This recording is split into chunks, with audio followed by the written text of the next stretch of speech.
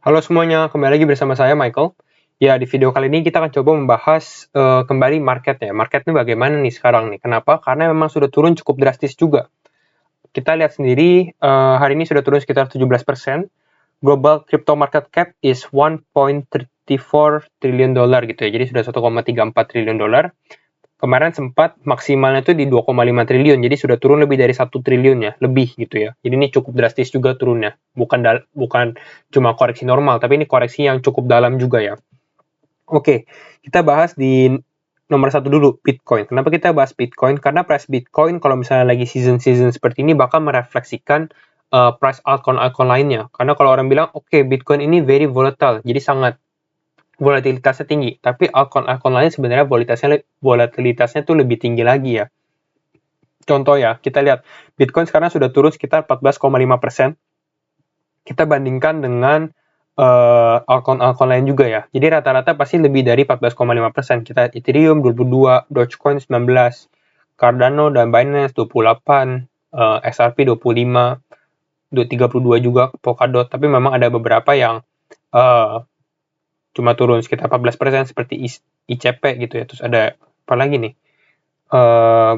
World Bitcoin dan lain-lain. Tapi karena memang mereka ada project-project juga atau ada event tertentu juga gitu ya. Tapi kalau kita lihat dari price-nya sendiri, cuma hanya stable coin doang nih, stable coin yang kita lihat kayak Tether, kayak USDC yang positif. Jadi ini memang cukup bearish juga. Oke, kita coba bahas ke ininya aja kali ya. Kita bahas chartnya juga. Nah, ini chartnya yang cukup menarik sebenarnya. Kalau kalian bertanya, apa sih ini complacency, anxiety? Ini adalah market cycle. Kalau misalnya kalian masih bertanya, berarti kalian belum nonton video yang sebelumnya yang saya bikin juga. Di ntar bisa nonton juga, karena ini cukup menarik juga. Kita membandingkan dengan ini, psikologi of a market cycle, karena kita menemukan persamaan-persamaan juga. Gitu ya. Jadi kita lanjutin diskusi kita ya. Nah, di diskusi ini sebenarnya yang kita harus lihat adalah dua fase yang sangat-sangat penting, yaitu adalah anger dan juga depression. Kenapa penting? Karena ini adalah dua fase yang bearish. Orang kalau bullish mah orang senang gitu ya. Jadi karena kan naik gitu ya, pasti kita kayak making profit, ada untung lah. Tapi kalau bearish nih orang pada istilahnya kan belum untung juga, terus posisi lagi rugi dan lain-lain gitu ya. Nah, kita harus menentukan nih, kira-kira fasenya di mana gitu ya. Apakah sekarang sudah selesai fase angernya atau belum? Jadi pertanyaannya ini, apakah nih sekarang waktu turun ini adalah fase anger dan fase depresinya bakal di sini atau bagaimana gitu ya, kita harus menentukannya juga. Nah, kemarin memang kita sempat membuat prediksi memang dia bakal turun lagi nih market ke daerah 35.000, dan benar memang kemarin dia turun ke 35.000, lalu hari ini turun lebih dalam lagi, sekarang sudah menembus level 32.800 gitu ya. Jadi bottomnya di berapa nih? Mungkin bottom bisa di, sebenarnya support terakhir dia tuh ya di ini sih, di last kemarin kan sempat turun sampai ke 30.000 ya, berarti mungkin sampai 30.000 paling dalam sih kalau prediksi saya itu di level ini, sorry bukan yang ini, di level yang warna ungu 28.200. Kalau yang nanya kenapa sih 28.200, karena ini adalah level Fibonacci yang saya tarik juga, tapi di chart berbeda gitu ya, dan levelnya di daerah 28.000 lah ya, seperti itu. Nah, jadi kita harus menentukan di mana fase angernya juga dan di mana fase depressionnya juga. Kalau misalnya paling parah menurut saya di level 28.000 ini sudah cukup dalam. Ini mungkin kita close dulu ya, mungkin kalian udah tahu juga nih grafiknya. Oke, kalau menurut saya 28.000 ini sudah fase udah cukup dalam. Karena apa? Karena kalau Bitcoin masih turun sekitar, coba kita lihat dulu ya price range-nya. Kalau Bitcoin turun sekitar 13% lagi atau 14% lagi, ini akun-akun lain bakal suffer lebih gede lagi. Jadi mereka bakal turunnya lebih dalam lagi gitu. Dan ini nggak gitu bagus juga untuk crypto market, apalagi kalau misalnya dia turun lebih dalam lagi gitu ya, 25% seperti itu. Nah, dan kalau kita lihat kemarin kan ini sempat dump nih, kemarin tanggal 19 Mei kalau kalian mengikuti, ini kita punya ini portfolio juga pasti berubah cukup cepat. Kenapa? Karena dumpnya cukup besar juga ya, dan ini dump ini memang dilandasi oleh beberapa ini juga sih, paus-paus juga ya, yang pemain-pemain besar juga ikutan dumping juga gitu. Makanya market cap langsung turun secara cepat karena dilepas secara bersamaan dengan volume yang besar gitu ya. Nah, jadi kalau misalnya dia mau turun seperti itu lagi, memang harus ada sesuatu yang terjadi yang bukan hanya retail-retail atau pemain-pemain kecil, tapi paus-paus juga harus take part lah istilahnya seperti itu. Kalau misalnya memang mau turun lagi gitu ya, tapi kita belum tahu juga, tapi memang banyak yang prediksi turun maksudnya bottom market, jadi market kena hit bottomnya itu di sekitar hari tanggal 26 Mei dan 27 Mei gitu ya. Tapi ya, ini makanya saya bikin white vertical line, jadi ini buat kita menandakan nih kapan kira-kira, jadi di sekitar garis warna putih inilah ya. Jadi masih mungkin sebenarnya, sangat mungkin bisa turun ke 28.000, jadi kita harus perhatikan juga ya. Tapi kalau Bitcoin ini sekarang memang belum stabil lah, price-nya belum stabil, jadi kita harus cek juga ya. Kalau misalnya kalian mau masuk, harus lihat pas price-nya stabil juga. Jadi mungkin kalau kalian mau masuk, saya kasih tahu, ya masuk di daerah 28.000 lah kalau misalnya ini, tapi pasti agak takut juga ya. Ya mungkin tunggu market stable juga nggak apa-apa sih. Kembali sesuai analisa kalian semua, do your own research juga ya. Oke, kita coba bahas ini juga deh, Bitcoin USD, chartnya Coinbase. Jadi ini lebih bersih lagi chartnya. Nah, ini chartnya kita pakai chart weekly. Nah, ini kita lihat secara weekly sebenarnya, kalau misalnya kita membandingkan gitu ya. Misalnya kita beli di 2017 di top, di paling atas ini ya. Kalau misalnya kita hold sebenarnya 3 tahun, ini kan sekitar 4 tahun lah, dari 2017 ke 2021 gitu ya. Sebenarnya kita eventually, pada akhirnya kita bakal make profit juga kalau kita hold gitu ya. Tapi apakah hold adalah strategi yang bagus sebenarnya? Kembali lagi, semua kan tergantung analisa kalian. Kalau misalnya tujuan kalian adalah untuk investasi, ya kalau misalnya sudah nyangkut di daerah di harga tinggi, ya mungkin di hold juga nggak apa-apa gitu ya, nggak usah cut loss. Tapi kalau misalnya, ini pendapat saya pribadi ya, tapi kalau misalnya duitnya dibutuhkan secara cepat buat urgent lah, ada apa gitu, ada mau ini ya, cut loss juga nggak apa-apa juga gitu. Jadi sebenarnya tergantung kalian juga, karena semua orang menurut saya semua orang juga ada time frame masing-masing, nggak ada sesuatu yang mutlak juga di dalam cryptocurrency ini. Oke? Nah, kalau misalnya kita lihat sekarang sekarang sebenarnya sudah turun sekitar 54%, jadi cukup dalam juga. Tapi kalau misalnya kita lihat ke depannya, memang cryptocurrency ini sangat bagus juga gitu. Walaupun dia turun, naik lagi, turun lagi, pasti kan semua market ada namanya, kadang kita bullish market, jadi kita naik, terus ada bearish market, kita turun gitu. Pasti ada cycle-nya juga ya. Nah, sekarang ini sempat turun.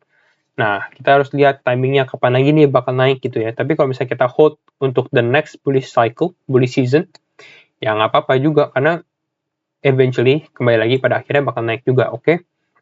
Kalau misalnya, makanya kalian harus investasi itu, atau kalau mau trading ke kripto-kripto yang berfundamental. Kenapa sih yang berfundamental atau yang kuat dengan ada backing up yang memang use case-nya cukup bagus juga gitu ya. Seperti contoh Ethereum, Cardano, Binance, XRP, Polkadot. Ini sebenarnya semua hal yang cukup bagus. Ya kalian kalau lihat ini, kalau buka coin market cap top 100 pasti sudah rata-rata sudah bagus lah. Kenapa? Karena mereka sudah jadi top 100 dari 10.000 coin gitu ya. Jadi bukan embel-embel lagi gitu ya. Berarti udah jelas gitu ya. Ada use case-nya juga gitu ya. Kenapa harus invest berfundamental? Karena kalau misalnya nggak berfundamental, sebenarnya kita juga agak panik gitu. Kalau misalnya mereka turunnya drastis. Tapi kalau misalnya kayak Cardano turun ke 1,13 dolar gitu ya. Kalau saya sih masih cukup optimis dengan Cardano. Jadi walaupun dia turun, nggak gitu panik juga seperti itu ya. Oke, kita coba bahas ini lagi, reasons-nya.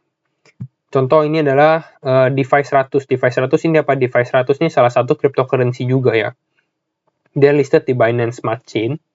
Cryptocurrency project DeFi 100 atau DeFi 100, a decentralized finance protocol built on Binance Smart Chain, appears to have been a scam, with the people running it have taken investor money and running gitu ya. Terus di Twitter dia bilang gini, we scam you guys and you can do shit about it, seperti itulah. Jadi dia kayak meledek lah seperti itu. Terus ini, developers abandon a usually tiny project and take off with investor funds. It reinforces the saying, never invest more than you can afford to lose. Nah, ini quote-nya sangat benar. Never invest more than you can afford to lose. Apalagi di crypto gitu ya. Karena memang sangat-sangat volatile. Sebenarnya bukan berarti itu negatif news. Volatile itu kan naiknya turun cepat ya. Berarti kita sebenarnya juga kalau misalnya harganya naik, kita juga untung lah seperti itulah. Jadi untungnya juga bisa cepat. Kalau misalnya rugi juga bisa cepat. Seperti itulah ya.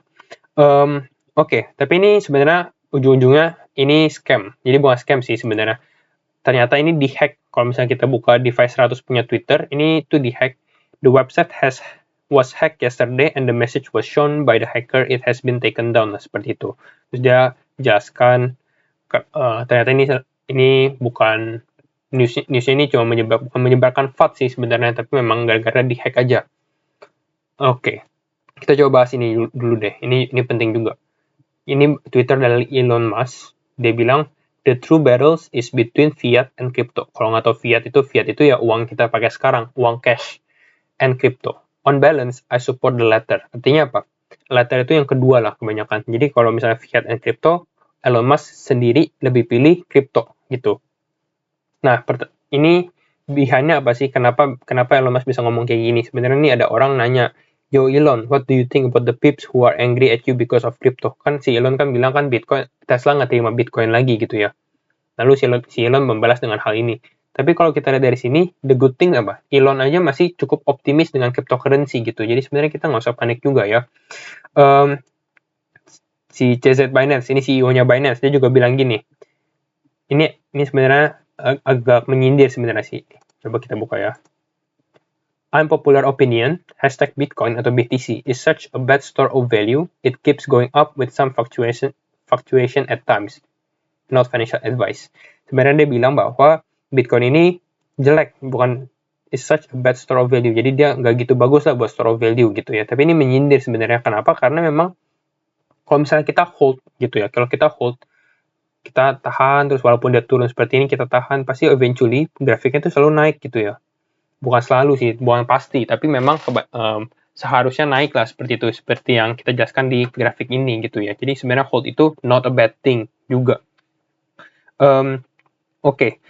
Ini terakhir lagi saya menutup dengan evolution of money. Jadi dulu kita barter, terus kita ke gold standard, kita ke metal coins pakai koin, terus kita ke paper money, terus ada kartu debit, kartu credit card gitu ya.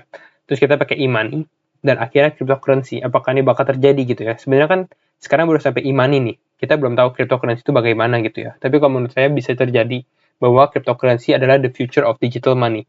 Dan kalau misalnya ini adalah terjadi evolution of money seperti ini, ya kita sebenarnya nggak usah takut lah. Kedepannya tuh memang price-nya bakal naik juga. Walaupun sekarang turun, tapi kita harus lihat dari bigger picture-nya juga ya. Bitcoin ini pasti turun naik juga nih. Naik turun lah ya. Tapi pasti eventually pada akhirnya juga bakal naik lagi gitu. Seperti itu saja video dari saya. Kembali disclaimer on dan do your own research analysis. Keep strong and see you in the next video. Bye bye.